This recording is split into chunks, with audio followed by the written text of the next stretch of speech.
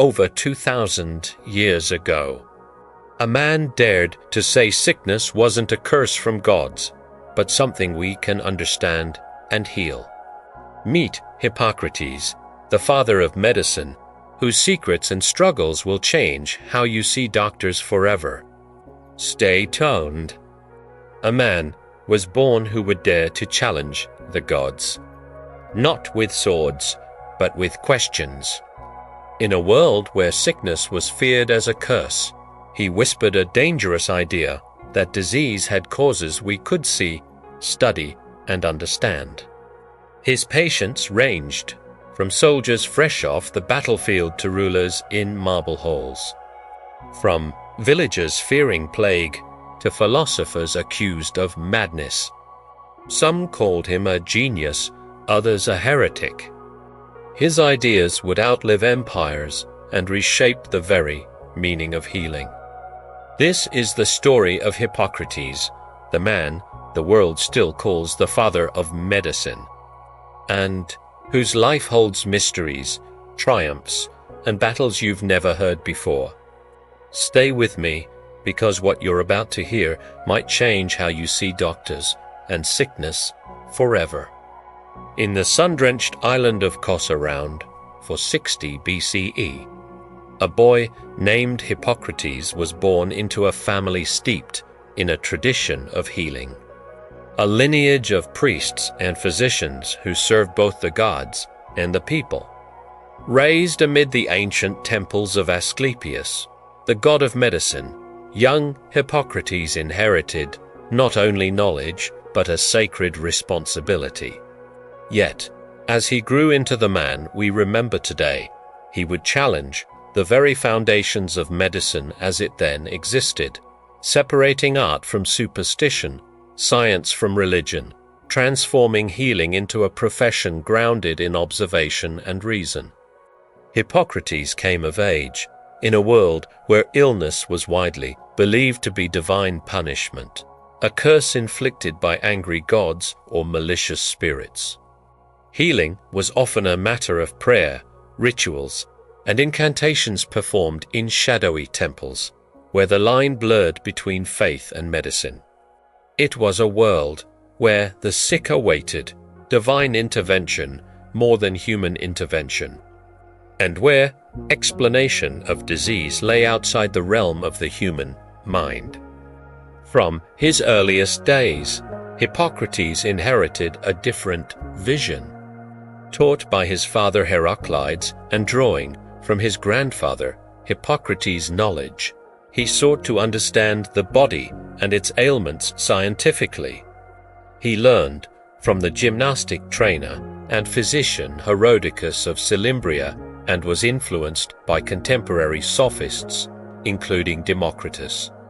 Hippocrates traveled widely and absorbed the medical traditions and observations, not just of his native island, but of the Greek mainland and beyond. A defining characteristic of Hippocrates and his school was their reliance on meticulous clinical observation.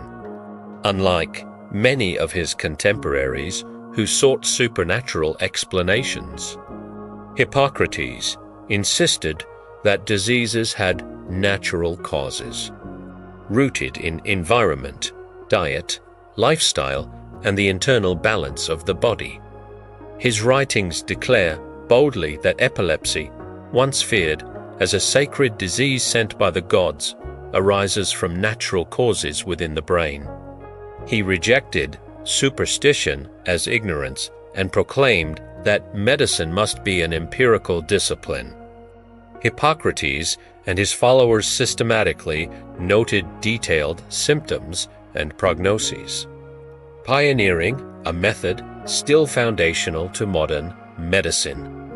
They recognized the importance of patient history, environmental factors such as climate and water quality, and the careful recording of pain, sleep, appetite, respiration, and other signs. These careful observations allowed them to anticipate the course of diseases and to develop treatments based on an understanding of nature's laws not divine whims. Among his many contributions were the beginnings of ethical medicine, the Hippocratic Oath, which, though probably not penned by Hippocrates himself, embodies the spirit of his teachings, emphasizes principles that continue to resonate: patient confidentiality, non-maleficence, first, do no harm, and a commitment to healing as a vocation rather than a trade. His followers taught that the physician's role was as much to counsel and comfort as to cure. Hippocrates also distinguished between different schools of medicine in his era. The Cnidian approach focused heavily on precise diagnosis but often failed to treat the patient holistically. In contrast, the Cone school, led by Hippocrates, emphasized prognosis and tailored care, recognizing the complexity of diseases and the uniqueness of each patient. This holistic perspective recognized that strong emphasis on care and environment could often shape the course of illness more effectively than a narrow focus on diagnosis alone. The man himself was deeply respected in his lifetime. Ancient records tell of Hippocrates traveling broadly, treating the plague in northern regions, advising cities threatened by epidemics, and commanding respect even from political leaders. The city of Athens, in gratitude for his efforts, awarded him a golden crown, an extraordinary honor for a physician. And even the philosopher Plato praised Hippocrates for the deep connection between an understanding of the human body and the pursuit of knowledge. Yet, the life of Hippocrates was not without mysteries and contradictions. The historicity of many stories about him is uncertain, and the vast corpus of writings attributed to him likely come from multiple authors in the tradition he founded. Little is known about his personal life in detail. The names of his wife and daughter are lost to time, though his sons Thessalus and Draco carried on his medical legacy. Some ancient anecdotes speak of Hippocrates diagnosing the lovesickness of a king or healing philosopher, Democritus, but these tales blend folklore with fragments of history. One striking aspect to ponder is that Hippocrates lived to a great age, perhaps into his 80s or 90s, a remarkable feat in a time of limited medicine.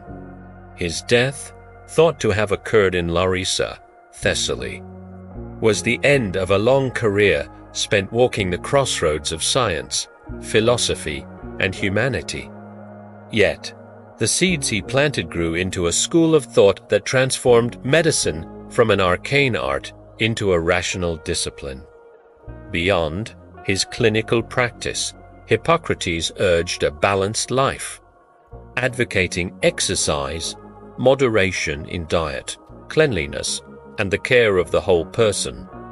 His famous aphorism, "Let food be thy medicine, and medicine be thy food," encapsulates an understanding of health that remains strikingly relevant today.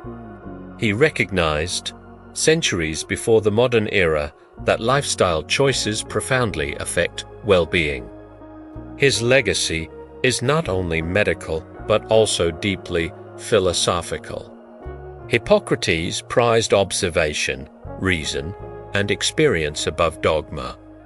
He believed that medicine was a craft requiring lifelong learning and careful judgment. Captured in the Latin phrase ars longa, vita brevis, art is long, life is short. His refusal to accept disease as divine punishment challenged social views and opened the door to scientific progress. Hippocrates also issued warnings that still ring true: the dangers of overtreatment, the importance of patient consent, the limitations of knowledge, and the need for humility before the complexity of life. As to diseases, make a habit of two things, to help or at least to do no harm, he advised. His wisdom laid the ethical groundwork for the modern doctor-patient relationship and the principles of medical responsibility. Unbeknownst to many, Hippocrates' school continued long after his death, influencing generations of physicians who preserved and expounded his teachings. The Hippocratic Corpus, a collection of texts written by his followers, compiled a vast knowledge of diseases, treatments, surgery, and anatomy. Ancient physicians studied these texts diligently, establishing medicine as a discipline distinct from religion and superstition. But the story of Hippocrates is as much about the questions he left open as the answers he provided. How much did he himself write? What personal challenges did he face in defying powerful cultural beliefs? How did he adapt his practices across diverse Greek regions with varying illnesses, climates, and customs? Did he ever doubt the limits of human knowledge or wrestle with failures? These unknowns continue to inspire curiosity and exploration. More than 2 millennia later, Hippocrates remains a symbol not only of medical knowledge but of humanistic care. Medicine as a vocation grounded in empathy, moral integrity, and the courageous pursuit of truth. His life invites us to reflect on the enduring power of observation, reason, and compassionate service in healing. A legacy as vital now as it was in ancient Greece. In the years after establishing himself as a physician of rare skill and insight, Hippocrates embarked on wide travels across the Greek world and beyond. Unlike many healers content to remain tethered to a single sanctuary or hometown, he sought to test his knowledge against the varied landscapes, climates, and peoples of the known world. Each journey was, for him, not merely an opportunity to treat patients, but a chance to observe nature's influence on health. He believed deeply that environment shaped the human body, that the winds of a region, the quality of its water, the type of food its people consumed, and even the orientation of a town could influence the illnesses its inhabitants suffered. This philosophy reached one of its clearest expressions in his treatise Airs, Waters, Places. Here, he dissected the links between geography, weather patterns, seasons, and the constitution of communities. While others saw sicknesses striking randomly, Hippocrates saw patterns. Marshy lands often bred fevers. Mountain regions produced hardier lungs, but perhaps more joint pains. Certain wines worsened respiratory conditions. In this sense, he was centuries ahead of his time, laying the groundwork for epidemiology and public health. As word of his skill spread, Hippocrates was summoned to cities struck by plague and to courts where rulers sought his counsel. One enduring story, half legend, half history, tells of a time when a city feared an approaching epidemic. Rather than retreat into the mystical, Hippocrates advised practical, physical measures, the burning of certain herbs to purify the air, the relocation of people away from contaminated water sources, the separation of the sick from the healthy. Although the germ theory of disease lay far in the future, he recognized contagion in its earliest sense and urged caution. But with fame came resistance. His rejection of divine causation in illness was, to some, an affront to tradition, even blasphemy. The temple healers, priests of Asclepius, sometimes accused him of undermining their sacred authority. Such tension was not merely philosophical. It carried political weight as religious institutions held sway over communities. For Hippocrates to stand by his principles in the face of such opposition required both courage and diplomatic skill. He rarely attacked religion outright, instead gently reframing disease as part of nature's continuum, governed by laws placed in the world by the gods themselves but understandable to human reason. Hippocrates' teaching style was distinctive. He trained not only his sons and apprentices from Kos, but students from distant regions, requiring them to observe patients over long stretches of time, to write down every symptom in detail, and to resist the temptation to leap to conclusions. He urged his pupils to look at the whole patient, their habits, diet, environment, personal temperament, not just the ailment in isolation. In an age when medical practice was often secretive, guarded like a craft passed through family lines, he was generous with his knowledge, believing medicine should advance through openness and shared learning. His career was marked by encounters that blurred the line between medicine and diplomacy. In traveling to Thessaly, Macedon, and possibly the Persian-controlled territories of Asia Minor, Hippocrates moved among kings and commoners alike. One tale claims that he refused an offer from the Persian King Artaxerxes to serve in his court, valuing his autonomy and Greek loyalties above wealth and royal favor. Whether entirely true or embellished over time, the story reflects the image of a physician bound not by power or profit, but by principle. Early medical records from his school bear another hallmark of his philosophy, the belief in vis medicatrix naturae, the healing power of nature. Hippocrates held that the physician's task was to assist the body's own natural restorative processes rather than to dominate or over-intervene. This was revolutionary in a time when aggressive and often harmful treatments were common. He favored diet, rest, baths, and carefully chosen herbal remedies, reserving drastic interventions for desperate cases. Yet, for all his wisdom, Hippocrates knew failure. Not every patient recovered, and he is credited with being forthright about prognosis, telling families honestly when recovery was unlikely so they could prepare emotionally and practically. He warned against false hope and unnecessary suffering caused by futile treatments. In doing so, he established medical honesty as a virtue, even when it was difficult.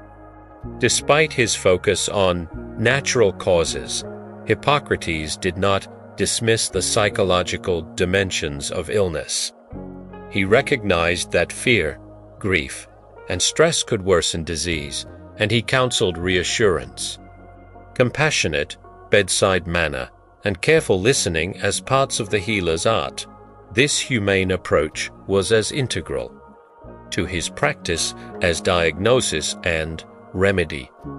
His writings, or more accurately, the writings of the Hippocratic school, covered a staggering range: fractures, head wounds, fevers, gynecology, pediatrics, nutrition, and more. The terse, almost cryptic style of these works suggests they were notes for trained readers, not lay people, reminders of essential principles rather than elaborate textbooks. This practicality reinforced their utility for generations of physicians. But behind the notes, behind the clinical detachment, there must have been a man watching each patient with an unspoken awareness of the fragility of life. The aging Hippocrates would have seen disease strike both the wealthy and the poor, the powerful and the powerless. His lifelong project, freeing medicine from superstition, was at heart an act of leveling, affirming that all humans share the same vulnerabilities in flesh and blood, and that all deserve the same careful attention and respect.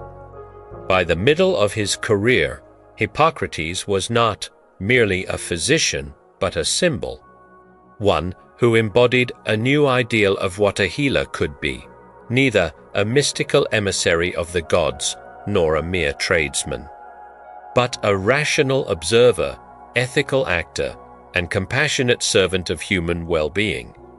This reputation would endure, but the road ahead would confront him with even greater challenges. Epidemics, entrenched opposition, and the constant demand to prove that reason and evidence could triumph in a world accustomed to prayer and fate.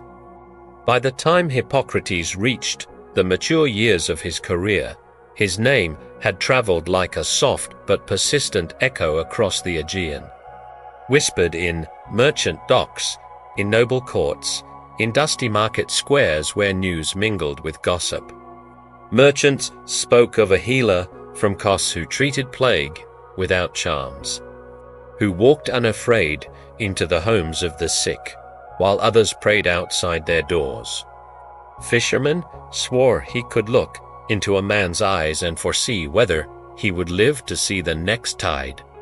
Sailors claimed he could read the lines on a weathered face, as if they were a map of the body's hidden struggles. Hippocrates, for his part, neither encouraged nor dismissed these legends. He understood that stories, even exaggerated ones, could help spread new ideas. But he took care to temper wonder with reason.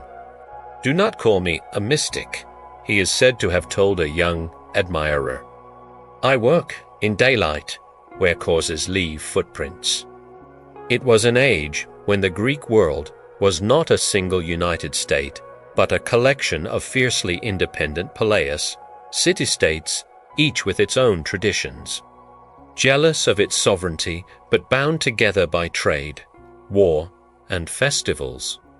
In such a world, Hippocrates became both traveler and diplomat. His patients could, as easily, be a Spartan hoplite lying wounded after a skirmish as a delicate Athenian philosopher struck down by a fever. Every new journey meant new dialects in the marketplaces, different herbs from the hillsides, varied beliefs about what made people ill. One of his most challenging assignments came during a devastating outbreak in the city of Abdera. The illness, characterized by sudden chills, crushing headaches, and delirium, moved quickly, often killing within days. Other physicians turned to sacrifices, prayers, and ritual purification. Hippocrates took a decidedly different path. He moved among the sick personally, recording every detail, the changes in skin color, the timing of fever spikes, the sense of breath and sweat, the strange pauses in breathing. His notes, later compiled by his students, offered the first recognizable clinical descriptions of what might have been typhus or malaria. He instructed families on cleaning linens in boiling water, improving airflow in cramped homes, and using specific herbal brews to ease fever. These practices, while lacking the germ theory knowledge that would come millennia later, still weakened the grip of the disease and saved countless lives. The people of Abdera, who had watched the disease tighten around them like an iron collar, saw it loosen. In gratitude, they hung wreaths at the city gates when Hippocrates departed. But such victories did not shield him from detractors. Among the most vocal were rival healers whose reputations suffered under comparison to his success. Some accused him of dangerous irreligion, asserting that if people abandoned temple cures, the gods themselves might retaliate. In Athens, especially, this accusation carried weight. The trial and execution of Socrates still lingered in the collective memory, a reminder of how quickly public opinion could turn. Hippocrates knew well the need for tact. He often framed his explanations as an extension, not a rejection, of divine design. The gods had made nature orderly, and to study that order was to honor them. His interest in philosophy brought him into contact, sometimes directly, with towering minds of his age. While in Athens, he is believed to have conversed with followers of Plato and with Democritus. The laughing philosopher of Abdera, whose atomic theory of matter intrigued him. Legend holds that Hippocrates once visited Democritus because townspeople feared the philosopher's laughter meant madness.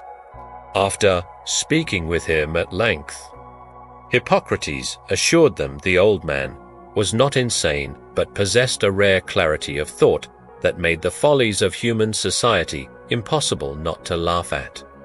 Whether fact or parable, the story reflects Hippocrates' unwillingness to accept popular judgment without first-hand study. Through such encounters, the boundaries between medicine and philosophy blurred. To Hippocrates, a physician who ignored the mind's influence over the body missed half the story. He observed, for example, that mourners often weakened physically in the weeks following grief, or that people consumed by anger developed ailments of the stomach and heart. His approach anticipated what we now call psychosomatic medicine, though for him it was simply part of seeing the patient whole. These ideas were codified in the customs of the Cone School, where students learned through immersion rather than rote memorization. Apprentices followed their teacher on rounds, listened to the pulse of the sick, smelled the breath of the fevered, examined urine and sputum, observed the slow knitting of bone after fractures. Instruction was not given in abstract principles alone, but in the patient's room, where the stakes were real. The most diligent of these apprentices would be tested not by written exams, but by their ability to predict the progress of an illness. When the fever would break, whether the swelling would subside, whether the patient would live through the next crucial days. Prognosis was, to Hippocrates, the ultimate measure of a physician's skill. Anyone can name a disease, he would say. It takes understanding to foresee its road. Of all the ideals he instilled, none has echoed across time more famously than those captured in the oath attributed to him. Although scholars now agree the Hippocratic Oath emerged from his wider school rather than from his own hand alone. It distilled his ethos to treat the sick to the best of one's ability, to preserve patient secrets, to pass on knowledge without exploitation, to abstain from harm or injustice. It represented an identity shift from medicine as a loose trade one might enter for profit, to medicine as a moral vocation bound by professional honor. Yet, for all his stature, Hippocrates remained aware that nature had the final word. He would remind his pupils that medicine was an art of probabilities, not certainties. Many times he would prepare a family for loss, sitting beside them when cures failed. The sight of the physician mourning with the bereaved was not uncommon. His was an embodied compassion, not the aloofness of untouchable authority. As his beard whitened and his steps slowed, Hippocrates saw his role shifting. Younger physicians now implemented his methods far from Kos, in Thrace, Magna Graecia, and the coast of Asia Minor. Some accounts suggest he was invited to consult for distant colonies. advising on the placement of wells, the orientation of houses, the draining of marshes, practical measures that were as much public health as personal health. His vision of medicine was widening beyond the single patient to encompass the health of whole communities. Still, the challenges never ceased. Epidemics flared with little warning. Wars sent streams of wounded into towns, forcing hard decisions about whom to treat first with limited resources.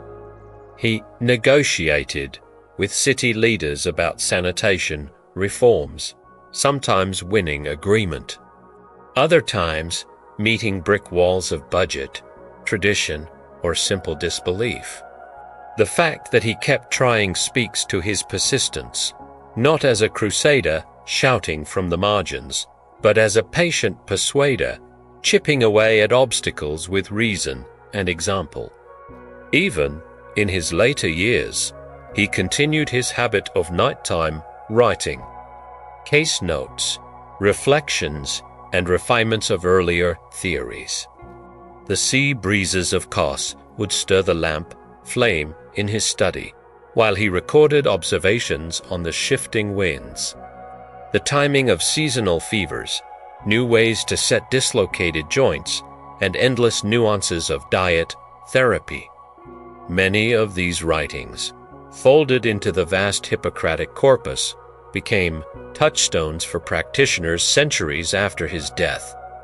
And yet, what may be most engaging for us now are the silences, the parts of the man we can only guess at. What private doubts did he wrestle with when a patient's death came suddenly, without warning? How did he manage the emotional toll of constant proximity to pain? Did he, in quiet moments, fear that his vision for medicine might fade after he was gone? We sense from the anecdotes and aphorisms that he carried both optimism and realism in equal measure, a balance perhaps harder to sustain than any physical cure. By the sunset of his career, Hippocrates was no longer just the man from Kos. He was becoming a legend in his own lifetime. Students spoke of him with a reverence that was almost filial.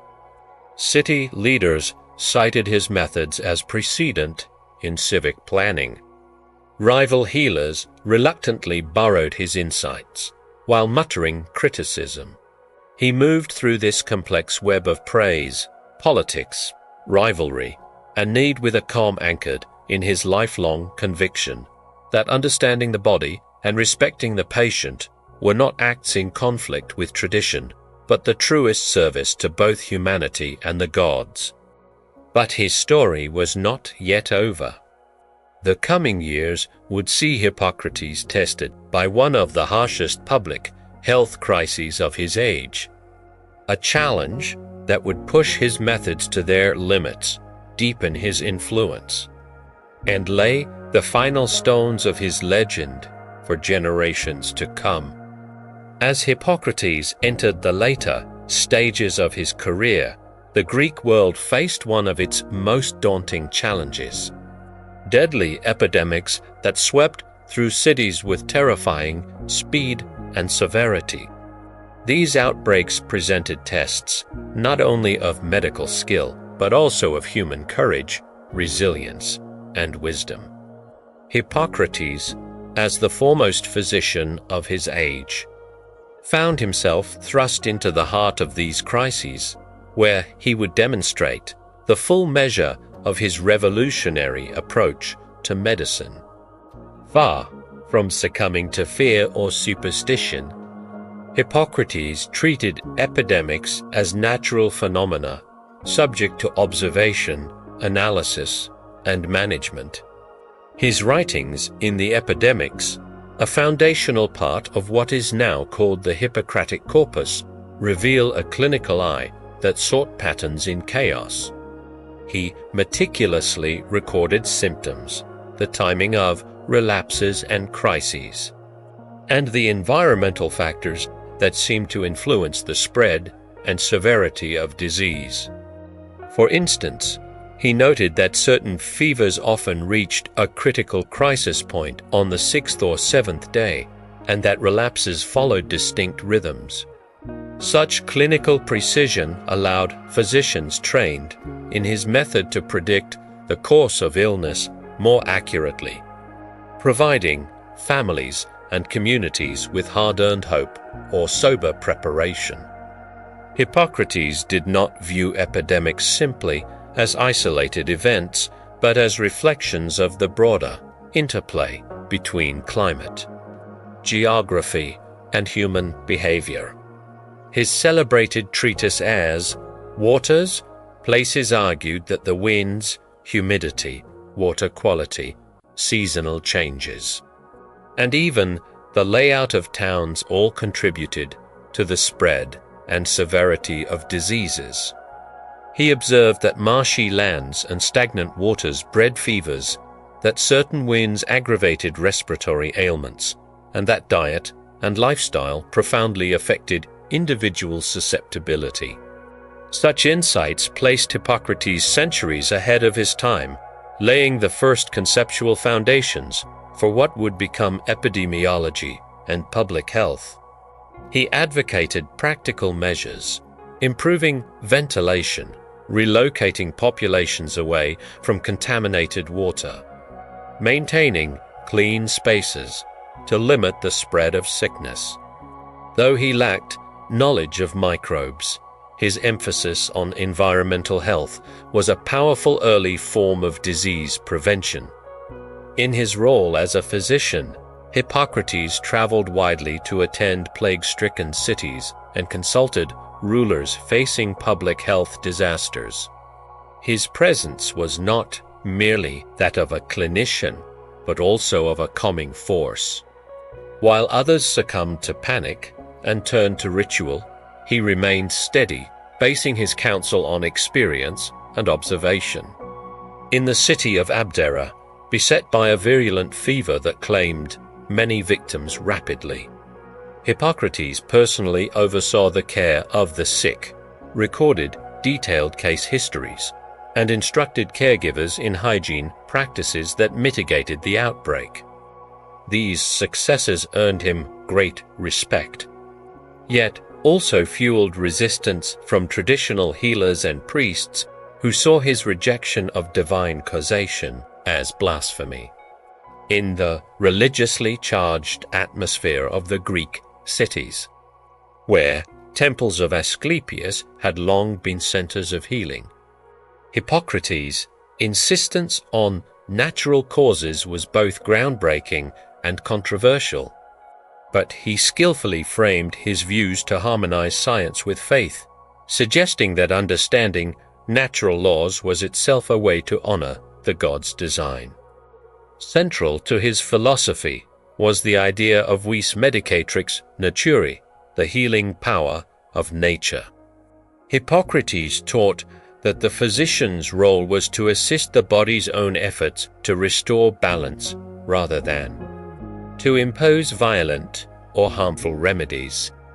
His treatments favored diet, exercise, rest, and gentle herbal applications over drastic interventions. This conservative approach reduced iatrogenic harm and respected the intricacies of human biology. His ethical teachings deepened in these trying times. Hippocrates insisted on compassion, honesty, and humility. He counseled physicians to speak the truth, to prepare patients and families for unfavorable outcomes, and to maintain patient confidentiality. The physician, he taught, must be both a scientist and a humanist, wielding knowledge with empathy and prudence. Despite his mastery, Hippocrates was not immune to the limits of his art. Death and failure were frequent companions in his profession, and he openly acknowledged medicine as an art of probabilities rather than certainties. He mourned alongside families, sharing in their grief, and encouraged his students to recognize the emotional and psychological dimensions of illness. His influence spread through his teaching and writings. The Hippocratic school trained apprentices to observe carefully and to approach each case with patient attention, focusing on prognosis as the truest test of skill. These principles were codified in the Hippocratic Oath, emphasizing medical ethics, professional integrity, and service to humanity, a legacy that remains foundational in medicine to this day. In sum, Hippocrates' response to epidemic disease showcased his commitment to empirical observation, holistic care, ethical practice, and the advancement of medicine as a rational discipline. His work during crises not only saved lives but also cemented his lasting reputation as the father of medicine, a healer who combined science with compassion and whose teachings would guide generations through the long journey from superstition to scientific medicine. By the time Hippocrates had treated his last great epidemic, his stature in Greek society was more than that of a physician. He was regarded as a wise man, someone whose counsel extended far beyond the clinic. Statesmen sought his advice on public hygiene. Military commanders asked for guidance on keeping troops healthy. And even philosophers engaged him in conversation about the nature of life, fate, and the soul. It is in this period of his life that Hippocrates' influence began to spread into territories that were not strictly medical but deeply entwined with human welfare. The ethical code that grew out of his teachings was not only a guide for doctors, but a guide for all, who bore responsibility for others. His insistence on truth-telling, respect for the individual, and the avoidance of harm became touchstones for leadership in politics and the community. In this way, he became an early architect of a moral approach to authority, centuries before formalized ethics would be codified in law. His philosophy was rooted in the conviction that the human being must be understood as a whole entity, just as he refused to separate mind from body in the diagnosis of illness. He rejected the idea that medicine could be divorced from the broader fabric of life. His counsel to city leaders often went beyond sanitation or disease control.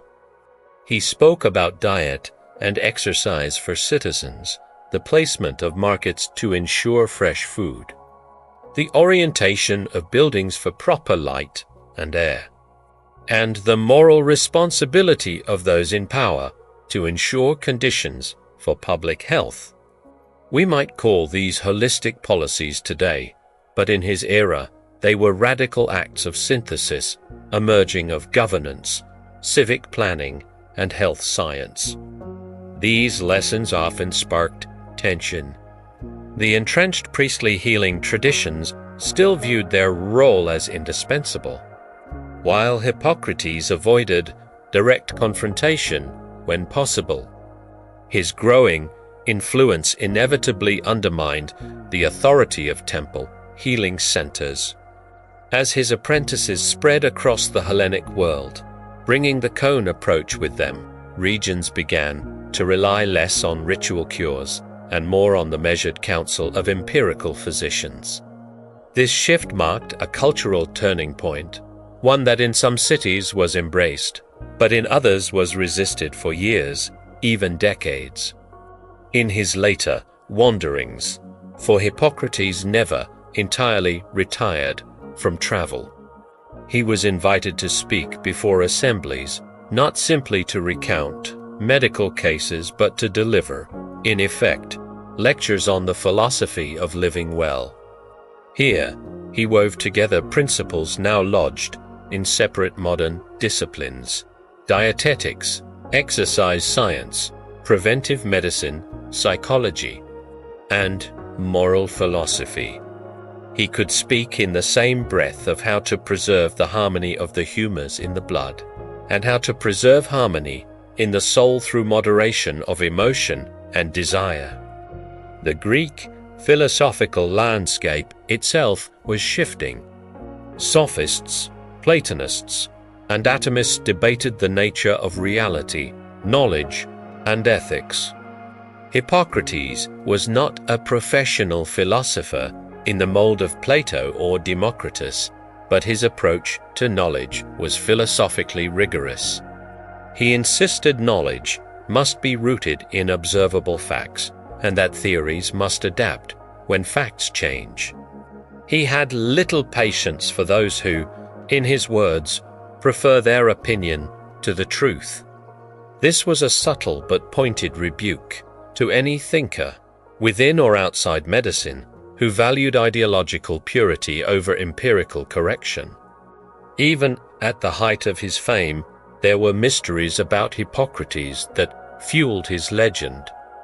Fragmentary ancient sources whisper of refusals to serve foreign courts, most notably, as mentioned before, the Persian king Artaxerxes, apparently because Hippocrates believed a physician must remain free to serve the people rather than a single ruler's interests.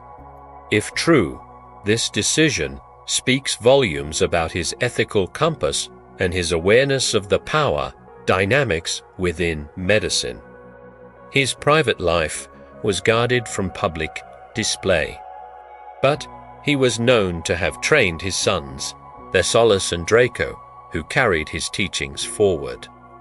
The degree of warmth or sternness in those family relationships is unknown, but anecdotal fragments suggest he saw no leniency in medical training, even for his own children. Patients, he taught, would not care whether the healer was a father's son or a stranger's. Competence was the only true inheritance. At times, Hippocrates reflected on the limits built into his own art. His aphorisms are full of grounded realism. Life is short, the art is long, the opportunity fleeting, the experiment dangerous, judgment difficult. These were not words of defeat, but of calibration, instructing the physician to temper ambition with careful deliberation. To rush was as dangerous as to delay, to over-intervene was as risky as to abandon the patient to fate. Curiously, his writings also reveal an interest in cases where the line between health and sickness was blurred, states we might now call chronic or subclinical. He noticed some people could carry symptoms for years without falling gravely ill, while others succumbed quickly to similar signs. This fascination shows a mind unwilling to accept neat categories, always probing the gradations and subtleties of the human condition. It was perhaps this restless, probing habit that made Hippocrates a legend for his students. In the Lyceum of Medicine, that was his school on Kos, evenings might find apprentices debating whether moral character influenced recovery, or whether certain diseases preyed more readily on the dishonest or the just. These were not idle questions for him. They circled a basic truth he intuited, that the body, the mind, and the moral life are entangled in ways too deep for easy separation. In his advanced age, physically slower but mentally alert, Hippocrates must have sensed both the fragility and the resilience of what he had built. His corpus, much of it written by his pupils but carrying his intellectual DNA, was now dispersed across the Greek world, copied on scrolls in distant libraries, recited by young doctors to one another as they traveled to new cities. It was beyond his control, yet very much his life's work. His methods, his ethical rules, and his practical observations were seeds cast wide to grow in lands and times he would never see. But he also knew the soil could be hostile.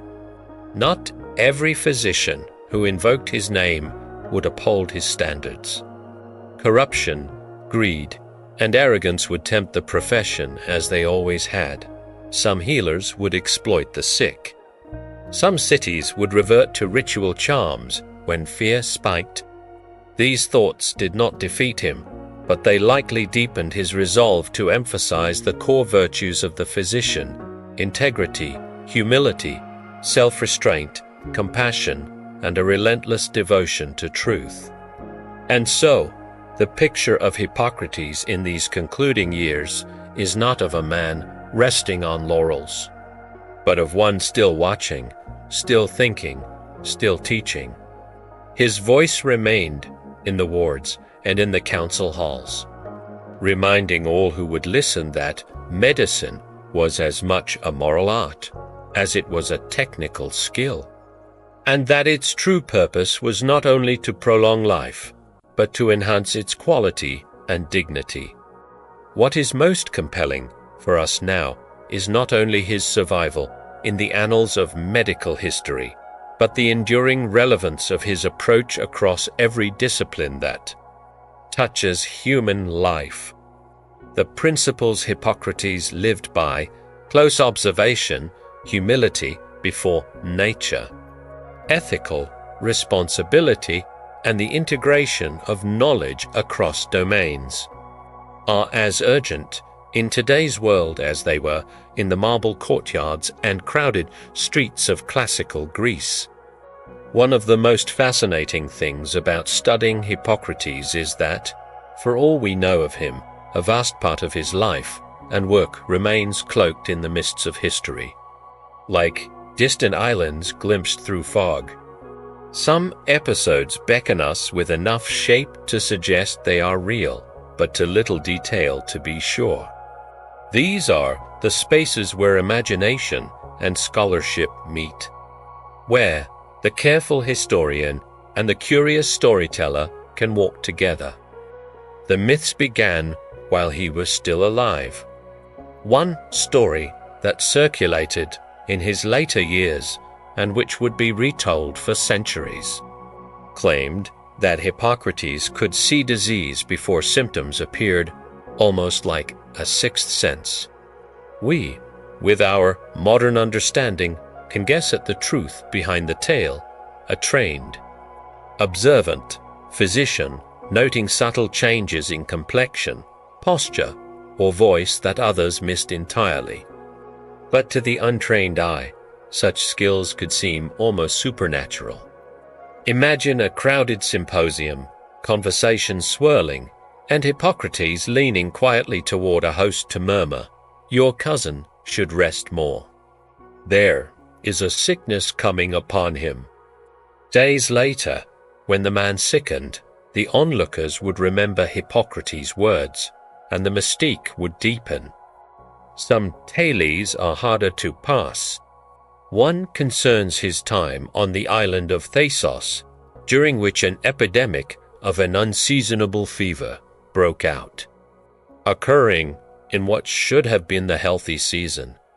Sources suggest Hippocrates predicted the outbreak based solely on the preceding month's weather. This may be an embellished account of his ability to link climate patterns to disease trends, a cornerstone of his teaching in airs, waters, places. But to the people of Thasos, it became proof that the doctor from Kos could read the will of nature as clearly as priests read omens. Other legends carry a political edge. There is a story, found in later biographies, that Hippocrates was summoned to treat a tyrant's illness, but, upon learning of the ruler's cruelty, refused to heal him unless promises were made for more just governance. Whether true or not, the story encapsulates a deep principle in the Hippocratic tradition. The physician's role is to serve life and justice, not mere power. It also gives modern readers an image of moral courage, of a man unafraid to insist that healing must align with ethics. Some accounts place him in Athens during the Great Plague of 430 BCE, the same epidemic Thucydides so vividly described. Historians debate whether this is accurate, but the possibility is tantalizing. If Hippocrates did come to Athens, he would have faced a city in chaos, bodies lining streets, fear fraying social bonds, traditional rituals breaking down.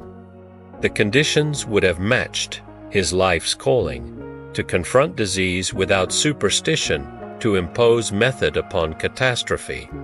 Even if the details are lost, picturing him there allows us to imagine how his insistence on observation and environment-based prevention might have played out amid one of antiquity's most devastating crises.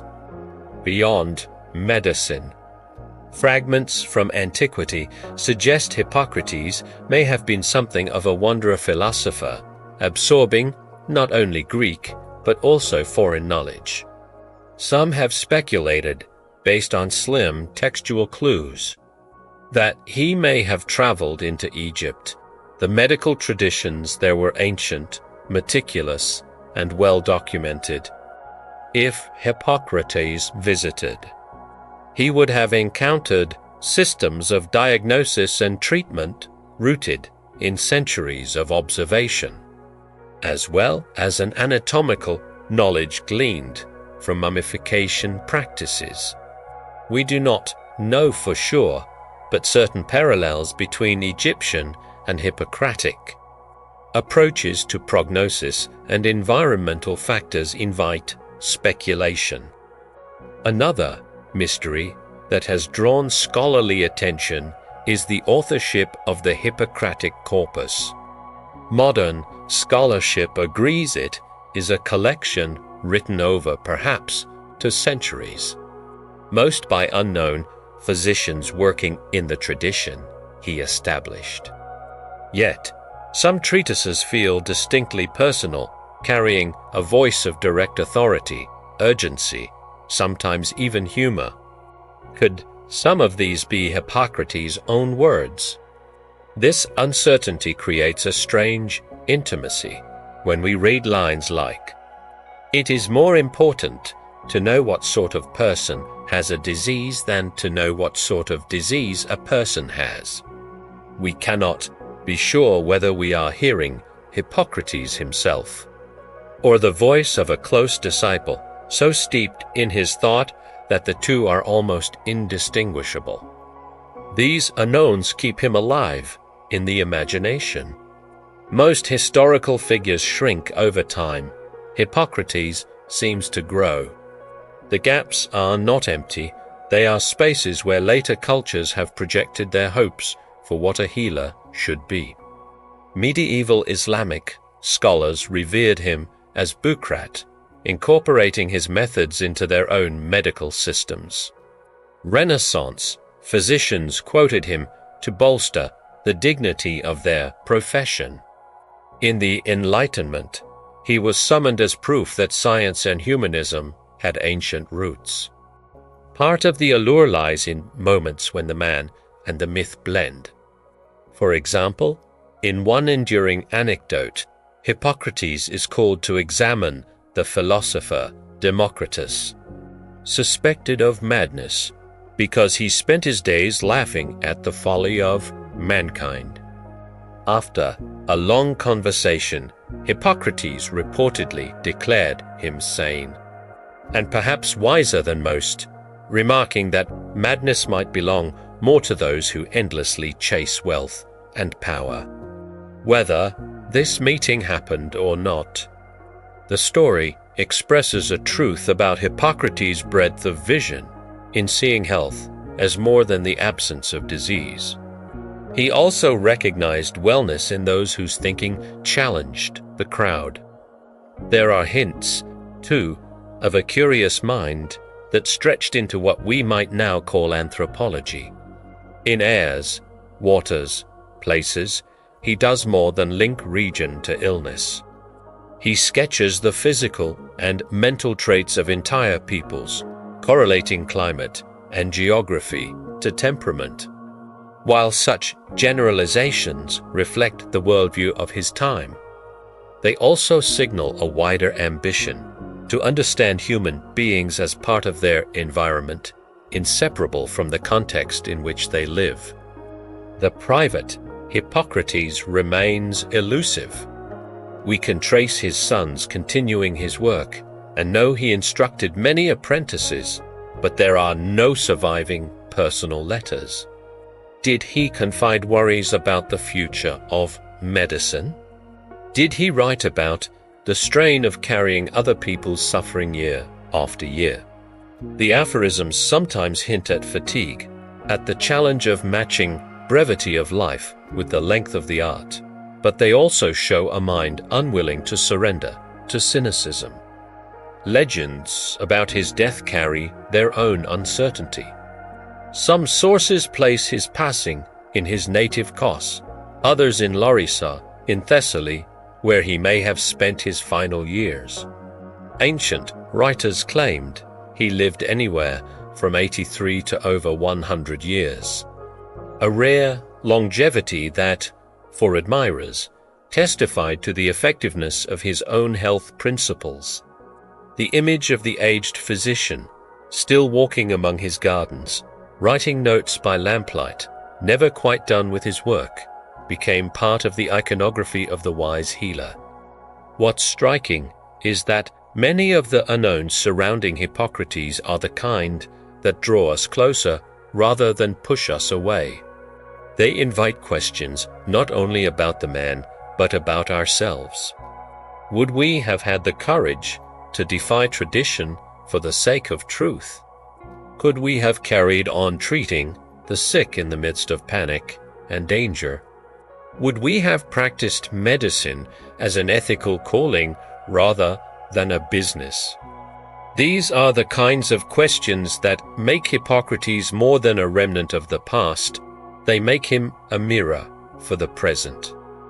And so, his legend has a dual life. In the halls of medical schools, his name anchors professional vows and principles.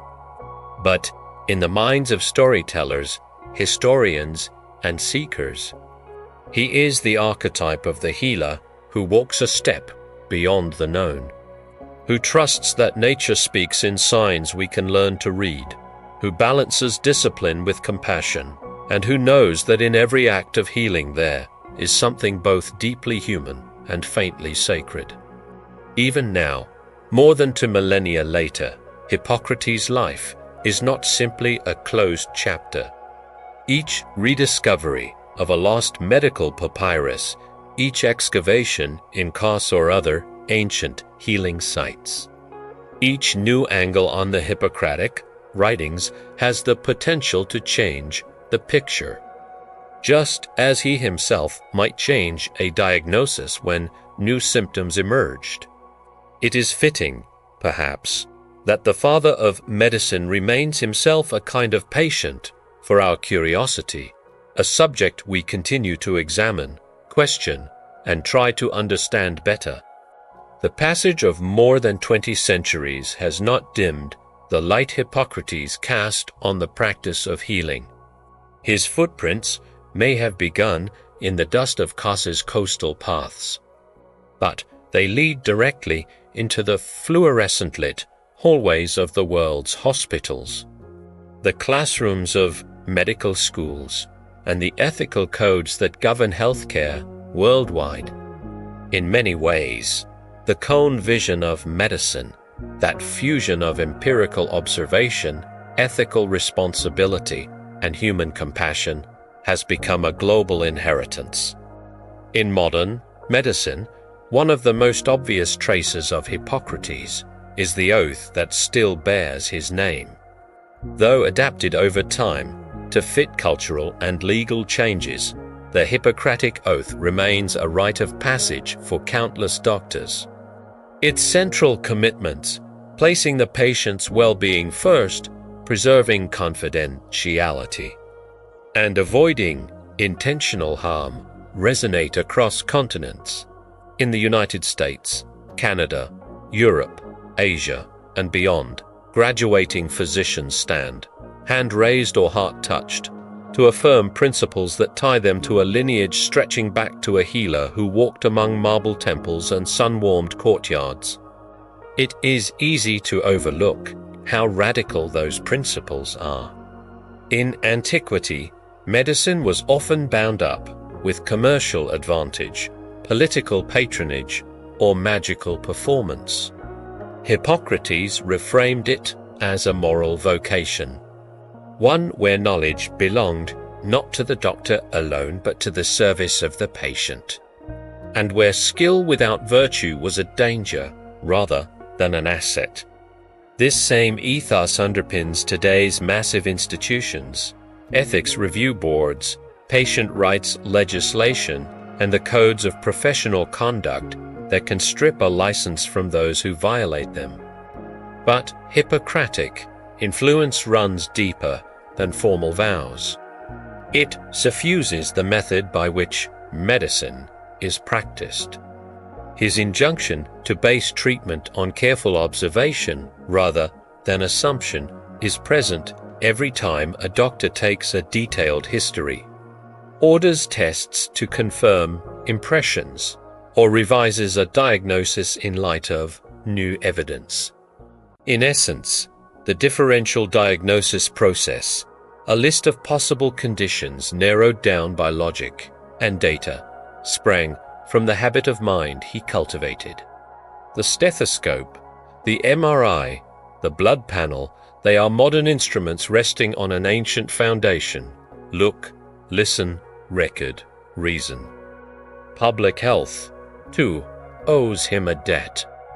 The idea that the environment shapes health, so prominent in airs, waters, places, is the direct ancestor of environmental medicine and epidemiology. When 19th and 20th century reformers fought to bring clean water and proper sewage systems to growing industrial cities, they were channeling Hippocrates' vision, even if indirectly. When epidemiologists today track a cholera outbreak to contaminated wells or link lung cancer to polluted air, they are following a line of reasoning that traces back to a Greek physician watching winds and waters for the origins of fever.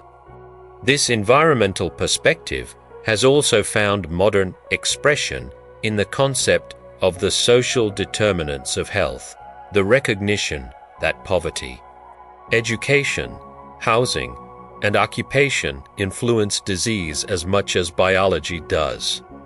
Here again, we can hear an echo of Hippocrates advising a city to move its market to prevent spoiled food from making people sick, or urging that soldiers' barracks be built to allow light and air to circulate.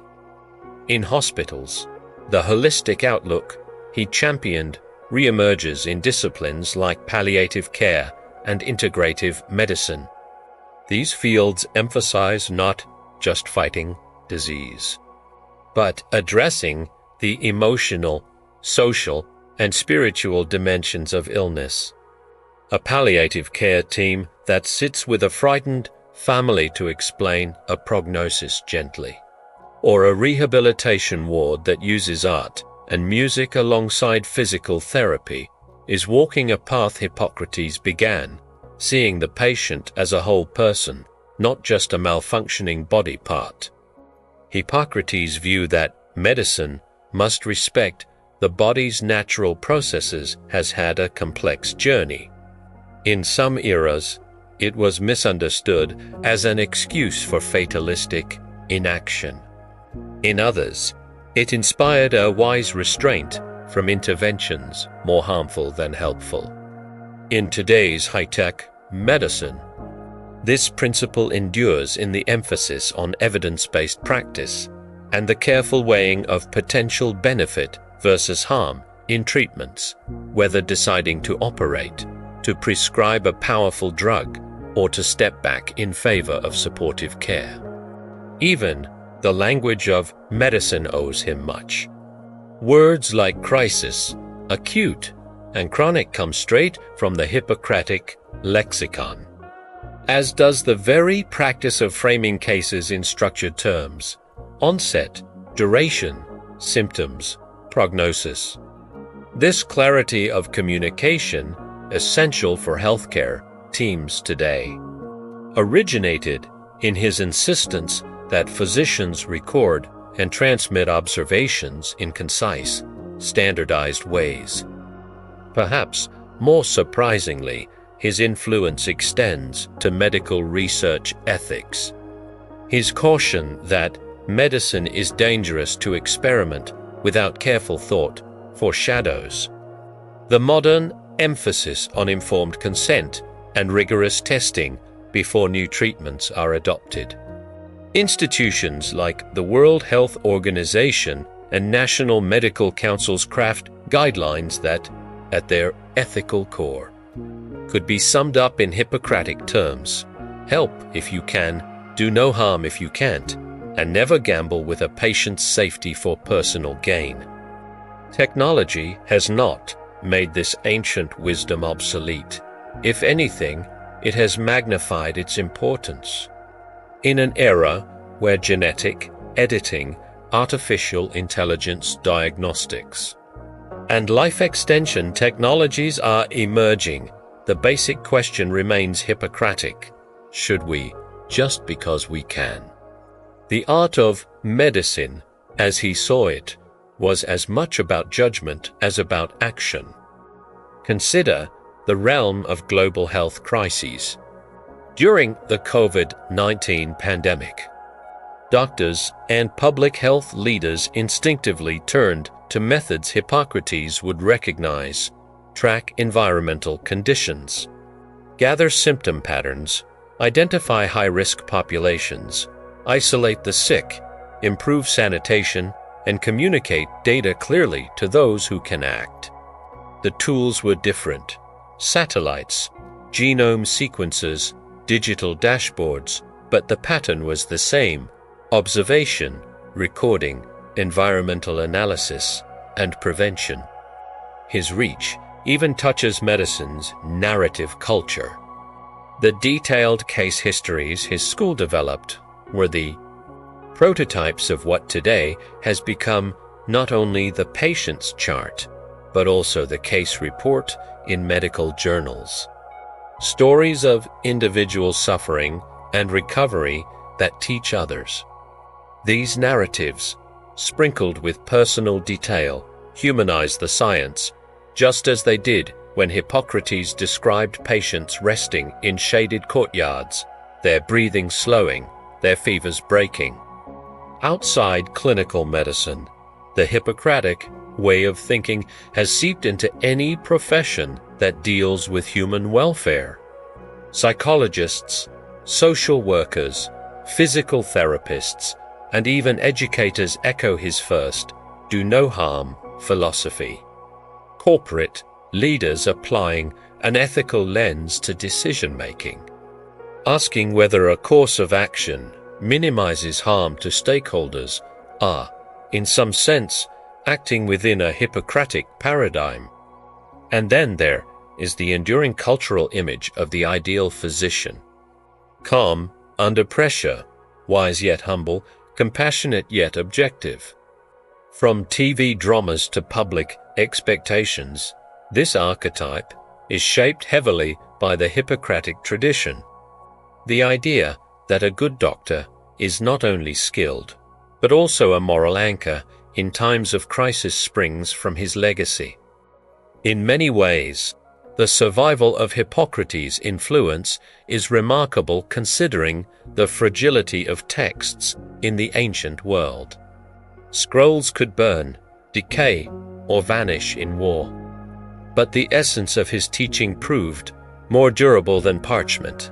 It was carried in minds, in habits passed from mentor to apprentice, and in the frame of thinking that treats medicine as a moral art grounded in the realities of nature. This durability also rests on adaptability. the specifics of humoral theory, the balance of blood. Phlegm, yellow bile, and black bile did not survive the scientific revolutions of later centuries.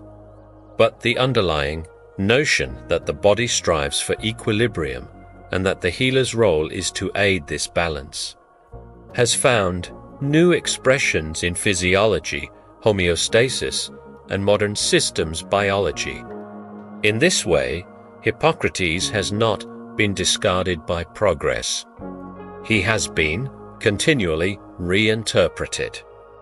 It is possible that if Hippocrates could step into a modern hospital, he would be bewildered by the machines, the sterile operating theaters, the unfathomable potency of drugs.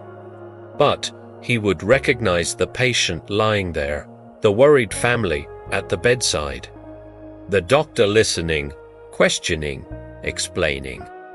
He would recognize the need for careful observation before intervention, for honesty in prognosis, for ethical restraint.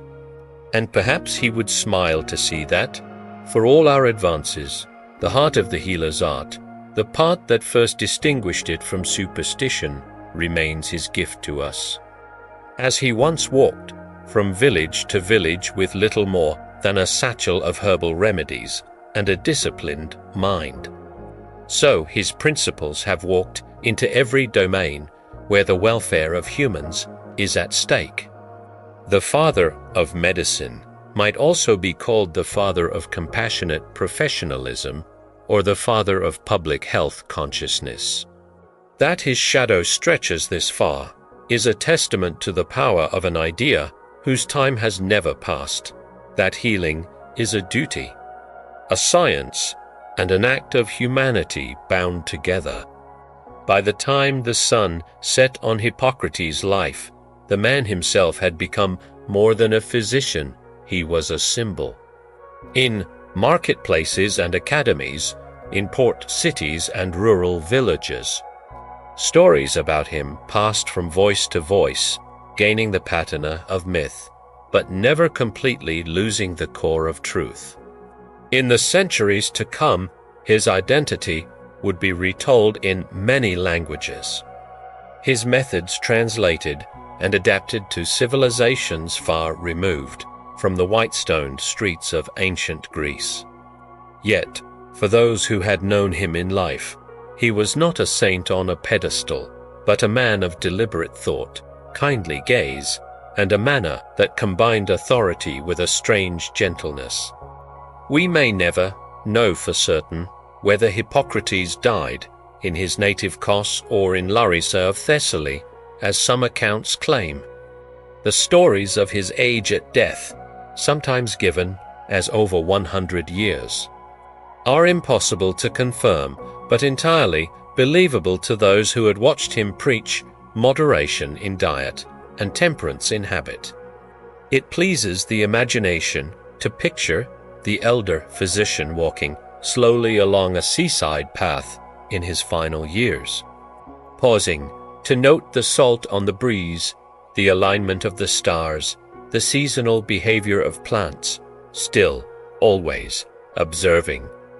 It was this constancy that his pupils remembered most vividly, more than even his skill in the clinic.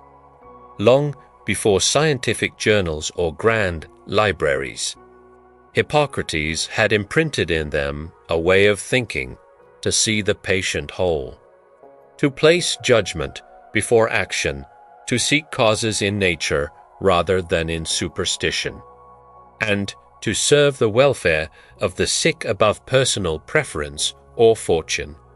This Hippocratic method was planted into minds, not just onto papyrus, and so it survived wars, fires, and the eventual scattering of the Greek world's intellectual centers.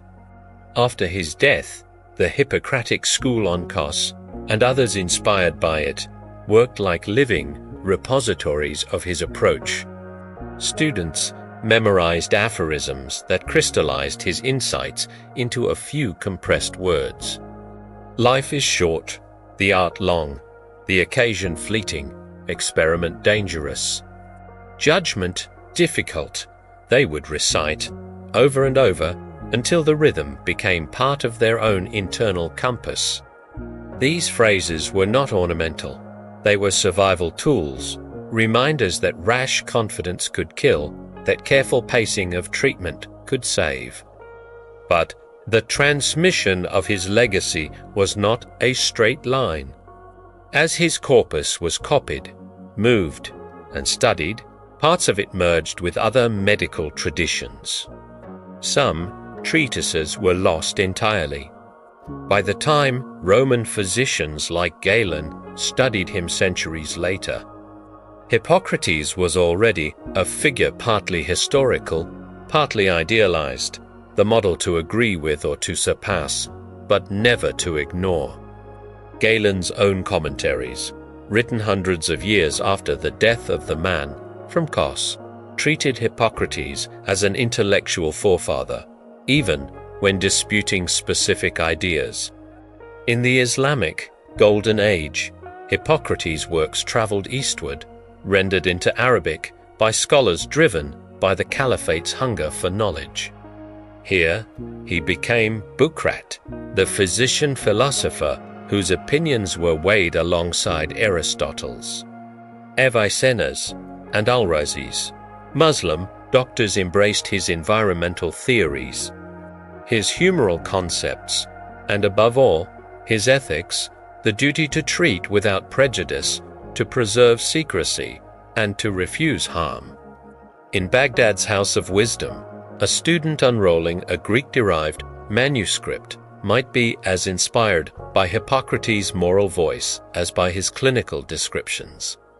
By the medieval period in Europe, transmitted back from Arabic to Latin, Hippocratic texts became staples of university curricula in medicine. In monastic infirmaries, his name was invoked even when practice remained rooted in a blend of observation and religiosity. He was seen as a respectable pagan, a wise man whose teachings could be harmonized with Christian values. The Hippocratic Oath, in some form, became an emblem of professional medicine, whispered over graduating students and sworn by apprentices as they were entrusted with their first patients. The Renaissance reawakened a more direct interest in the original Greek words. Physicians of the 5th, 10th, and 16th centuries found in him a kindred spirit for humanism's emphasis on returning to the sources. Hippocrates, to them, was a man who had loved the world enough to study it honestly, who believed that the book of nature was worth reading as carefully as any parchment. His style, concise, observational, deeply pragmatic, fit perfectly with a period rediscovering the power of the empirical mind. In the modern era, his shadow stretches far beyond lecture halls and wards. The influence is embedded in the unspoken expectations people have of their doctors, that they will be competent but humble, that they will keep what they learn in confidence, that they will not exploit vulnerability, that they will be unafraid to say I do not know when truth demands it. These expectations, carried into law and professional codes, are his true immortality. And yet, it is not only within medicine that Hippocrates' values matter. His way of seeing, recognizing that health gaps often come from environment, from diet, from the stresses of life, speaks across disciplines. Public health officials crafting clean water policies, urban planners designing cities for air and light, nutritionists counseling communities, even psychologists recognizing the somatic weight of grief, all are connected to those first seeds he planted. Even in fields that seem far removed, the Hippocratic instinct finds a home. In technology ethics, the refrain first, do no harm, lives on in debates over AI, genetic engineering, and biohacking. In environmental science, his environmental determinants of health echo in climate action policy. In humanitarian outreach, the ethic of impartiality, caring for whoever needs help, regardless of tribe, race, or nation, flows from the same principle he practiced when moving from one city-state to another without asking first whose flag flew there. One of the most profound aspects of his inspiration lies in the fact that he was not a miracle worker, nor did he pretend to be. He worked with what was possible, respected the limits of the human condition, and built his art on honesty. This is why his story still resonates in a world that tempts us with illusions of perfection. Hippocrates' path teaches that the highest calling is to bring one's skill, judgment, and care as far as they will go, and when they reach their limit, to stand alongside the suffering with integrity. Modern medicine, for all its sophistication, is filled with moments where outcomes are uncertain, where prognosis is fragile, and where the human response of the doctor is as essential as the treatment given. This is exactly the world Hippocrates inhabited. The tools have changed, the diseases have shifted, but the moral weight of the work has not. His life also offers a personal form of inspiration. He was a man who challenged the intellectual status quo of his time, who faced resistance from entrenched traditions, and who endured because his methods worked and his principles endured testing. For anyone who has ever felt the strain of pushing for change against older, more comfortable ways, his story is a reminder that transformation often requires patience measured in years, even decades. We can imagine that if Hippocrates could be told of his influence across cultures, faiths, languages, and centuries, he might nod in quiet satisfaction, not for glory, but for knowing that the art he loved had grown far beyond its beginnings. He might also caution us, the oath is meaningless without the character to live it, and the method is empty without kindness toward those it serves. In this way, the figure who began as a child on a small Aegean island has become a permanent figure in the global imagination, the archetypal healer, the careful observer, the ethical voice in the room. And perhaps that is why his legend feels unfinished. Every time a doctor explains an illness in plain words rather than invoking mystery, every time a nurse steadies a frightened patient's hand, every time a community is shielded from disease by clean water and open air, Hippocrates is there, not in body, but in principle. The final truth his life leaves us with is as stark as it is empowering. Medicine, and by extension, any vocation that serves human welfare, is a profoundly human act. It is an art that exists in the doing, in the everyday acts of care, in the attention paid to what is before us. Formulas and theories matter, but without compassionate application, they are empty. Hippocrates knew this, lived it, taught it.